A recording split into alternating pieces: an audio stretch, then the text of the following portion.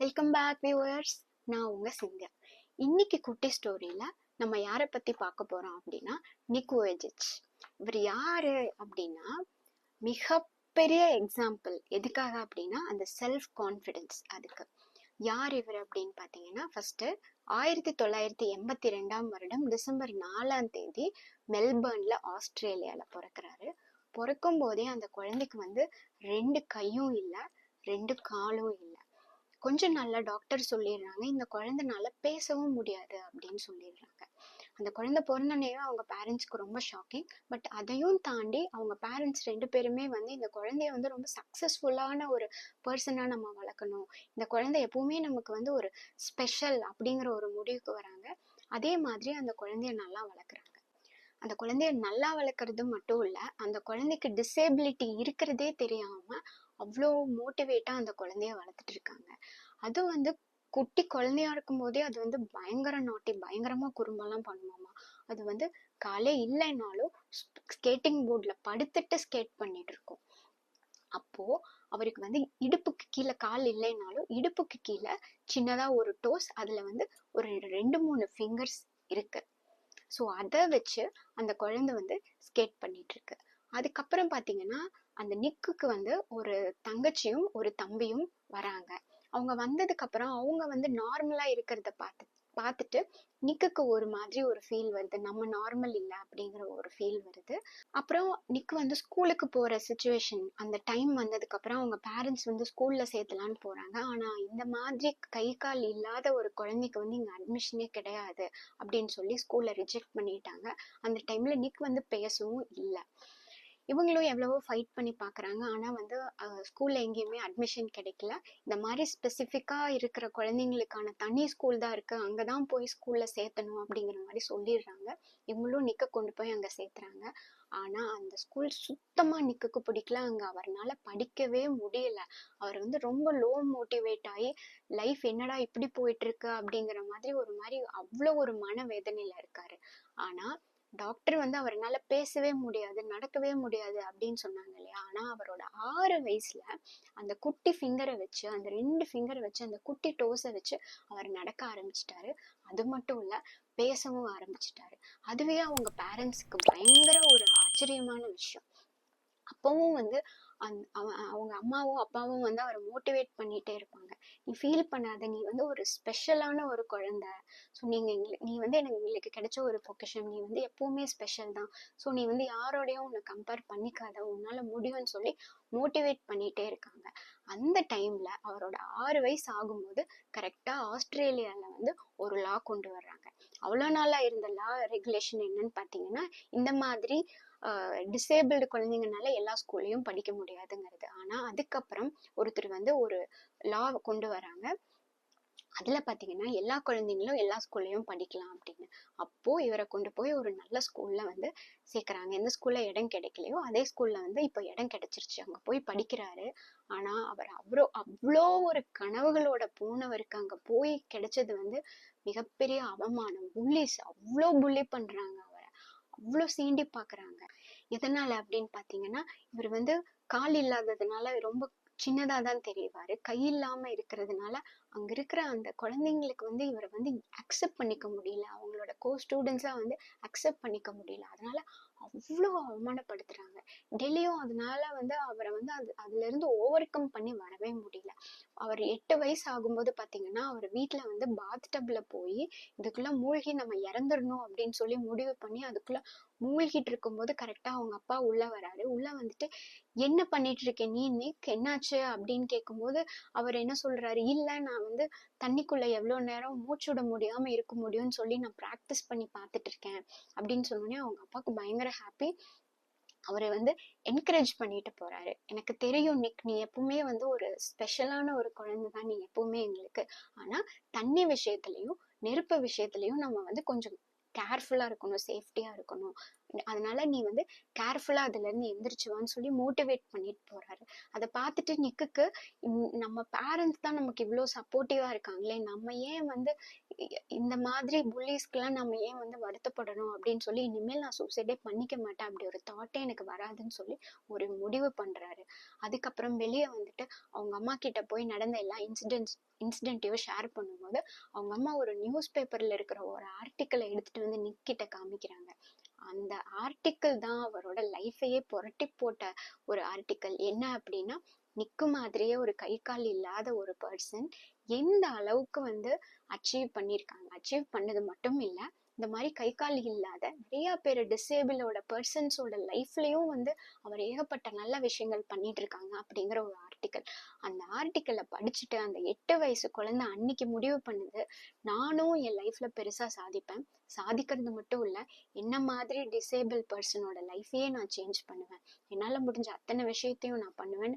அன்னைக்கு அவர் எடுத்த முடிவு தான் இன்னைக்கு அவரை இவ்வளோ பெரிய ஒரு பொசிஷன்ல கொண்டு வந்து நிறுத்தி இருக்குன்னு சொல்லலாம். அது வரைக்கும் பாத்தீங்கன்னா கடவுள்கிட்ட அழுது அழுது கேட்பாங்க, என்ன மட்டும் ஏன் இப்படி படைச்சிட்ட, எனக்கு மட்டும் ஏன் கை கொடுக்கல, எனக்கு மட்டும் ஏன் கால் இல்லை அப்படிங்கறத வந்து அவர் அழுது ப்ரே பண்ணாத நாளே இல்லைன்னு சொல்லுவாங்க. ஆனா அந்த மொமெண்ட்ல இருந்து நான் வந்து எங்க அம்மா அப்பா சொன்ன மாதிரி ஒரு ஸ்பெஷல் பர்சன். ஸோ நான் வந்து நான் வந்து இந்த உலகத்தையே மாத்த போறேன், என்னால முடிஞ்ச அத்தனை சர்வீஸ் நான் பண்ண போறேன் அப்படிங்கறது அவர் ஒரு முடிவு எடுத்துட்டு அன்னையில இருந்து கடவுளை பார்த்து அவர் அழுகிறதையே நிறுத்திட்டாராம். அதுக்கு பதிலா ஏகப்பட்ட விஷயங்கள் லேர்ன் பண்ணிட்டாரு. அவருக்கு ஸ்போர்ட்ஸ்னா ரொம்ப இன்ட்ரெஸ்ட்னு சொல்லுவாங்க. ஸோ அதுக்கப்புறம் அவர் என்ன பண்றாரு, போய் ஸ்விம்மிங் கத்துக்கிறாரு. கையே இல்லாம காலே இல்லாம அவ்வளோ அழகா ஸ்விம் பண்ணுவாரு. ஸ்கேட்டிங் கத்துக்கிட்டாரு, பேஸ்பால் விளையாடுறாரு, ஃபுட்பால் விளையாடுறாரு, கிரிக்கெட் கத்துக்கிட்டாரு, கோல்ஃப் விளையாடுறாரு, ஒரு ஸ்டேஜ்ல ஸ்கை டைவிங்க்கே போயிட்டாரு.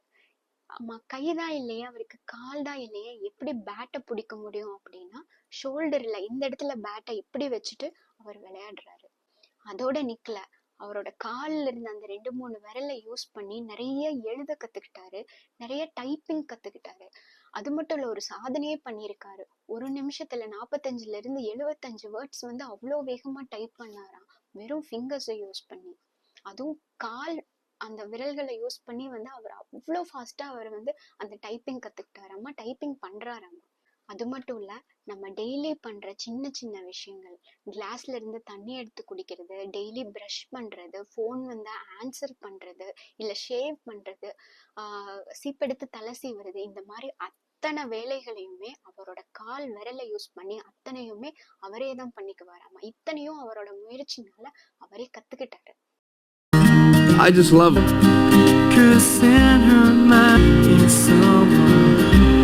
The desire for me to be independent and live a normal life and a full life is a dream of mine. I really just want to put limits aside and live life to the fullest and just going for it. To overcome an obstacle, you have to realize where you are and to visualize yourself overcoming these obstacles, to focus on the positive things that we do have, using everything that we have to the best of our ability. அதுக்கப்புறம் அவரோட லைஃபே வந்து மாறிடுச்சுன்னு சொல்லலாம். அதுக்கப்புறம் புள்ளி பண்ணாம விட்டுட்டாங்க அப்படின்னா அது எப்படி விடுவாங்க. அதுக்கப்புறம் ஸ்கூலுக்கு போறாரு, அதே மாதிரி டெய்லி வந்து புள்ளி பண்ணிட்டு இருக்காங்க. ஆனா இத்தனை நாளா அவருக்கு வந்து ஒரு ஃபியர் இருந்தது, ஸ்கூலுக்கு போனா புள்ளி பண்ணுவாங்க, அதை வந்து அவர் எடுத்துக்கிட்டாரு, அதை வந்து அவர் அவமானமா எடுத்துக்கிட்டு இருந்தாரு. ஆனா அந்த ஆர்டிக்கல் படிச்சதுல இருந்து அவரோட டோட்டல் மைண்ட் செட்டே பாத்தீங்கன்னா மாறிடுச்சு. ஸோ அந்த ஒவ்வொரு அவமானங்களையும் வந்து அவர் இக்னோர் பண்ணி கடைசியா அவரை புள்ளி பண்ணவங்க எல்லாமே வந்து ஒரு ஸ்டேஜ்ல நிறுத்திட்டாங்க. ஏன்னா இவர் வந்து எல்லாத்தையும் இக்னோர் பண்ண ஆரம்பிச்சிட்டாரு, கண்டுக்கிறதே கிடையாது. அதனால இவனை வந்து புள்ளி பண்ணி என்ன ஆக போகுதுங்கிற சுச்சுவேஷனுக்கு வந்து அத்தனை புள்ளிஸுமே நின்னுருச்சு ஒரு ஸ்டேஜ்ல. அதுக்கப்புறம் தான் அவரோட லைஃப் வந்து அவ்வளோ ஒரு பிரைட்டா ஸ்டார்ட் ஆகுது. இத்தனை விஷயம் ஒரு பக்கம் லேர்ன் பண்ணியாச்சு, இன்னொரு பக்கம் பாத்தீங்கன்னா ஸ்கூல்ல வந்து பயங்கர பாப்புலரான ஒரு பர்சனா மாறிட்டு வர்றாரு. அவரோட 17 வயசு ஆகும்போது அவரை கூப்பிட்டு ஒரு ஸ்டேஜ்ல பேச சொல்றாங்க. அவர் வந்து பேசுறதுக்கு ரெடியாவே இல்லை. அப்ப அந்த ஸ்கூல்ல இருக்கிற ஒரு செக்யூரிட்டி அவரை கூட்டிட்டு வந்து ஸ்டேஜ்ல விட்டு, நீ வந்து எதையுமே பேச வேண்டாம், நீ உன்னோட லைஃப்ல உனக்கு என்ன நடந்தது, உனக்கு என்ன அவமானங்கள் எல்லாம் நீ வந்து ஃபேஸ் பண்ண அப்படிங்கறத நீ ஆடியன்ஸ் கிட்ட பேசினாலே போதும் அப்படின்னு சொன்னோன்னு அவரும் அதை பேசுறாரு. அந்த பர்டிகுலர் டாக் பேசி முடியும் போது அத்தனை ஸ்டூடெண்ட்ஸ் கண்ணுல இருந்தும் அப்படி ஒரு கண்ணீர், அப்படி ஒரு எமோஷனல் மொமெண்ட். அந்த மொமெண்ட்டை வந்து அவர் மறக்கவே முடியாது அப்படின்னு நிறைய இடத்துல சொல்லியிருக்காரு. அதுக்கப்புறம் அவர் படிச்சு முடிச்சு வந்துட்டு காலேஜ்ல போய் காமர்ஸ் முடிக்கிறாரு. முடிச்சு ஒரு ஃபினான்ஷியல் ரிலேட்டடான ஒர்க்ல வந்து படிச்சுட்டு இருக்காரு. அப்போ அவருக்கு வந்து நம்ம வந்து சர்வீஸ் பண்ணணும், நம்மள மாதிரி டிசேபிள் பர்சன்ஸ்க்கு நம்மளால முடிஞ்ச சர்வீஸ் பண்ணணும் அப்படிங்கிறது வந்து அந்த எண்ணம் ஆரம்பத்துல இருந்தே இருக்கு. இப்ப படிச்சு முடிச்சு ஜாப்னு ஆனதுக்கு அப்புறமா மறுபடியும் என்ன பண்ணலாம் அப்படின்னு யோசிக்கிறாரு. அப்ப அவரோட 23 வயசுல லைஃப் வித்தவுட் லிம்ஸ் அப்படிங்கிற ஒரு நான் ப்ராஃபிட் ஆர்கனைசேஷனை ஸ்டார்ட் பண்றாரு. அதுல வர்ற ஃபண்டு மூலமா ஏகப்பட்ட டிசேபிள் பர்சன்ஸுக்கு இவ்வளோ ஹெல்ப் பண்ணாரு. மீன்வைல் என்ன பண்றாங்கன்னா அவரோட அந்த மோட்டிவேஷனல் டாக்கையும் ஸ்டார்ட் பண்றாரு. அதனோட பேசிக் எங்கன்னு பாத்தீங்கன்னா அந்த 17 வயசுல அவர் ஸ்கூல் கொடுத்த அந்த டாக்கு தான். அதே மோட்டிவேஷனல் டாக்கை வந்து இப்ப நிறைய இடத்துல போய் பேச ஆரம்பிச்சிருக்காரு. அவரோட மோட்டிவேஷனல் ஸ்பீச்சுக்கு அவ்வளோ பேர் வந்து ரெடியா இருக்காங்க அதை கேட்கறதுக்காக. ஸோ அவரோட ஸ்பீச் வந்து அவ்வளோ மோட்டிவேட் ஆயிருக்கும்னு சொல்றாங்க. அப்போ அந்த மோட்டிவேஷனல் டாக் அந்த ஸ்பீச்சுக்கு வந்து ஒரு பேர் வைக்கிறாரு அந்த இன்ஸ்டிடியூட்டுக்கு. AIAன்னு சொல்றாங்க, அதாவது ஆட்டிடியூட் இஸ் ஆல்டிடியூட்.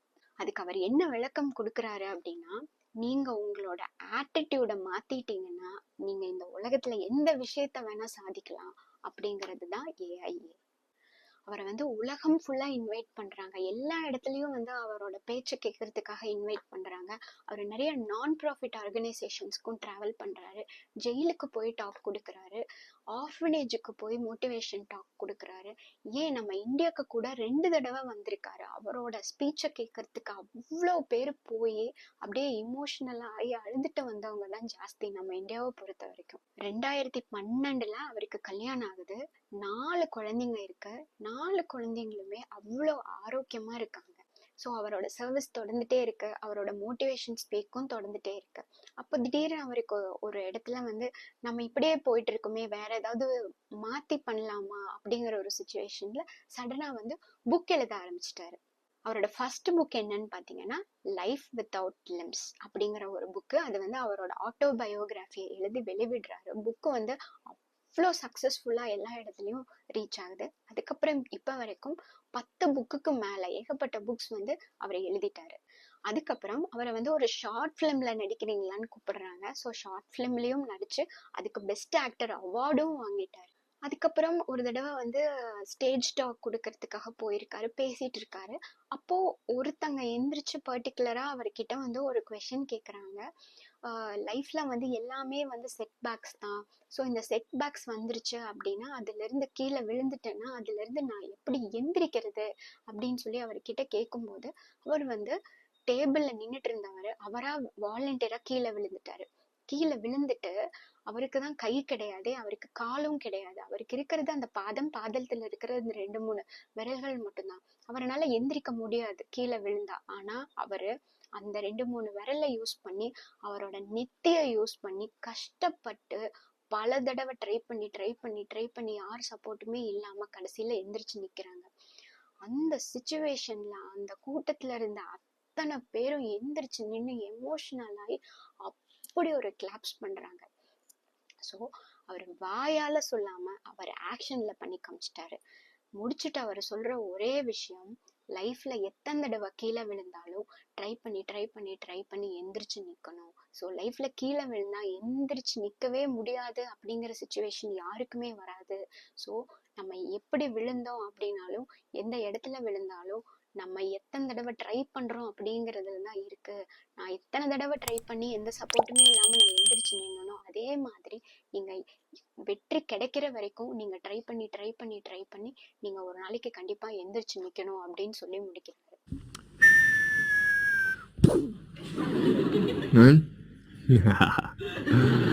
Hello.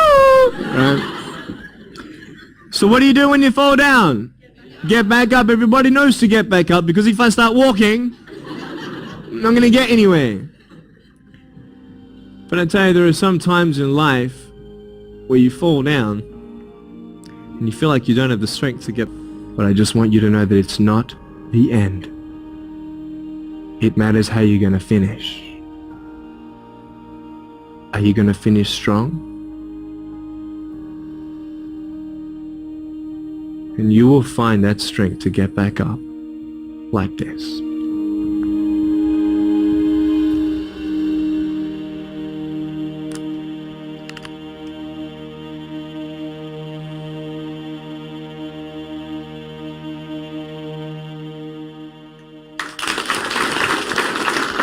இந்த நிக்கோட ஸ்பெஷல் கோட் என்னன்னு பார்த்தீங்கன்னா, அவர் எல்லா இடத்துலையும் இந்த கோட்டை ஸ்பெசிஃபிக்காக மென்ஷன் பண்ணுவார். ஸோ அந்த ஸ்பெஷல் கோட் என்னன்னு பார்த்தீங்கன்னா, if you can get a miracle become one அப்படின்னு சொல்றாரு. அதாவது உங்களுக்கு மிராக்கிள் கிடைக்கல அப்படின்னா நீங்களே மிராக்கிளா மாறிடுங்க அப்படின்னு சொல்றாரு. ஏன்னா அவரே வந்து ஒரு மிராக்கிளா தான் வாழ்ந்துட்டு இருக்காரு.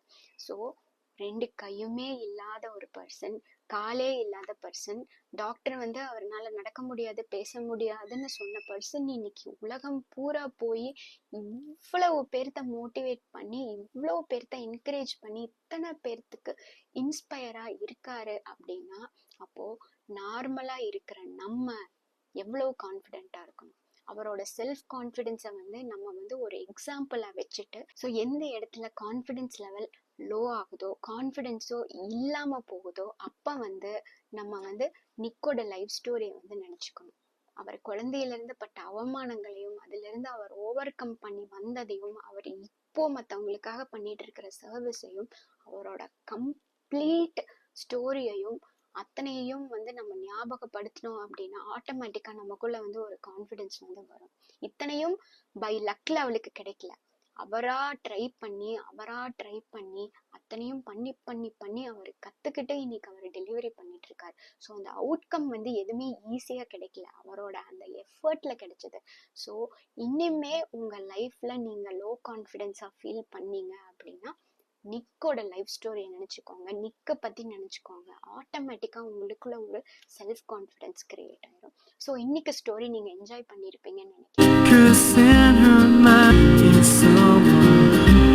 The desire for me to be independent and live a normal life and a full life is a dream of mine. I really just want to put limits aside and live life to the fullest and just going for it.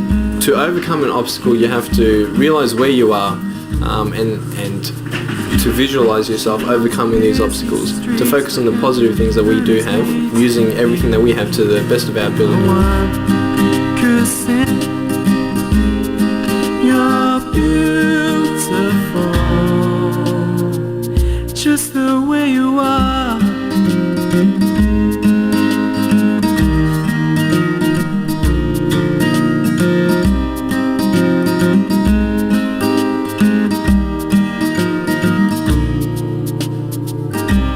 She walks busy streets looking for her next mate. Maybe we'll be the one.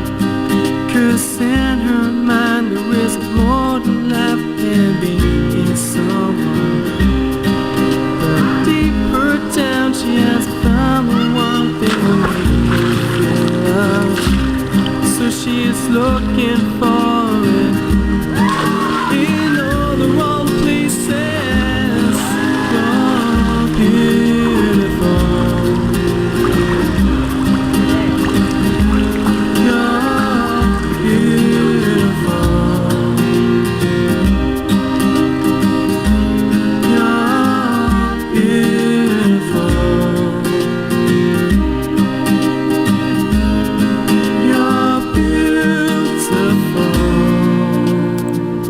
Just the way you are. You're beautiful. You're beautiful. You're beautiful. Set. That's fun. Let's do it again. Just the way you are. கீழே கமெண்ட்ல mention பண்ணுங்க. Thanks for வாட்சிங். Have a great